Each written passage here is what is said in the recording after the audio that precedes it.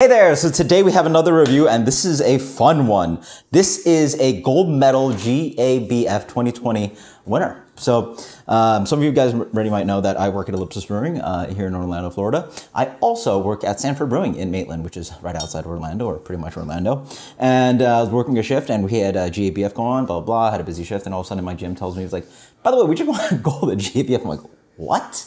We're mostly just a brew pub, you know, we do food, we do some, you know, fun beer, not crazy beers, just like, you know, what you'd expect from a brew pub, you know, a little bit funkier than that, I'd say, but just brew pub beer. And hey, we had a bottle of beer that's been sitting in the cooler. I've never had it before, and gets gold at GABF for the combination of Barleywine, Scotch Ale, and Old Ale. So we're gonna dig into this one. I got a little sip of it before, and so this is 11.7. This is, I'd argue, like, having tried it, their take on American barley wine.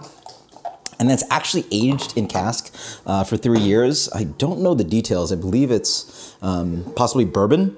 But the thing is, like, this is not in the category of wood aged beer or, yeah. So the barrel character from what I'd say was pretty subtle. So that's maybe what separated it and like got it the extra edge to get gold medal. But that's crazy. So beer comes in a beautiful color.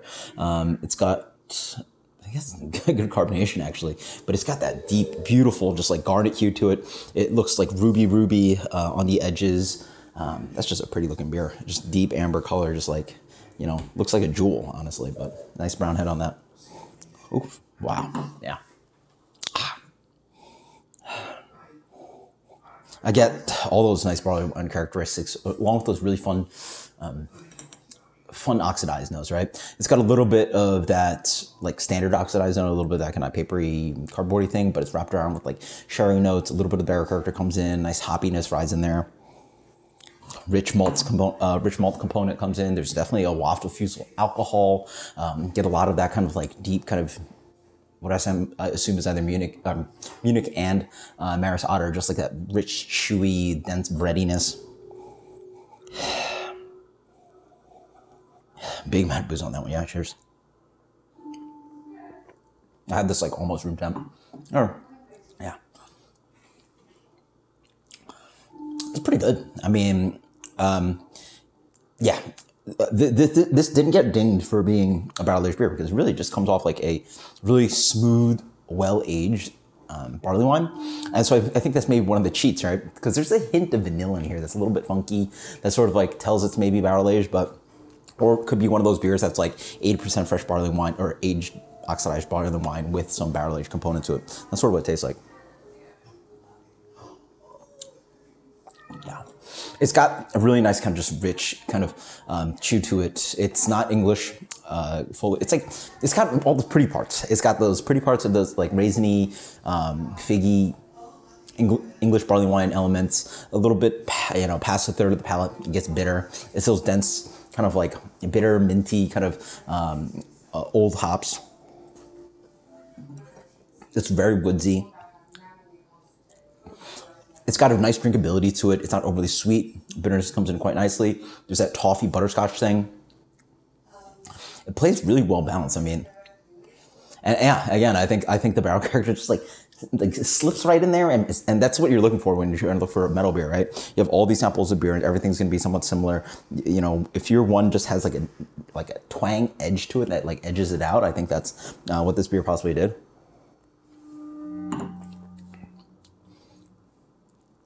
Boozy throughout, but like it's just got this really nice kind of like upfront like malt complexity with a little bit of chew, but it's not really a cloying beer, and then dries out quite nicely, like flaps away with all that nice, just like rounded medium to medium plus hop bitterness, but it's that like old hop bitterness, you know, the stuff that's like, you know, been sitting in a bottle for quite a long time. This is not very fresh. It's not Sierra Nevada Bigfoot. This is like super aged Sierra Nevada Bigfoot with a little bit of tampering, a little bit more sweetness to it. And if that makes sense to you, then that makes sense to you, right? It's like a really old Bigfoot with like just a bump of sweetness, a little bit of barrel character dashed in there.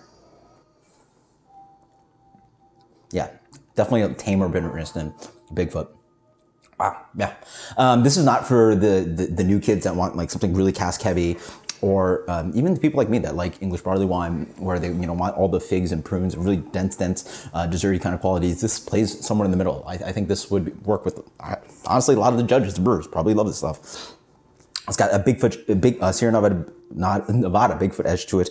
Just hair barrel character. Got some of that rich, densely sweet English barley wine character. For people that really enjoy beer and the experts out there, I'm just not surprised they judge this very highly. It's fantastic beer. Come by the brewery, get some. It's absolutely fantastic. It's a wonderful sipper. Again, I think it's a really austere beer. One that, again, I think people that have been in beer for a while, people that like really looking for like nuance and want to call back some older barley wines or barley wines they've had in their time. This is that. This is not, secondary trade value, all barrel character / sweet tooth kind of thing. It's pretty old beer, like, as in like, to remind you of like a generation or two of drinkers before you. This stuff is awesome. So this from me gets a solid.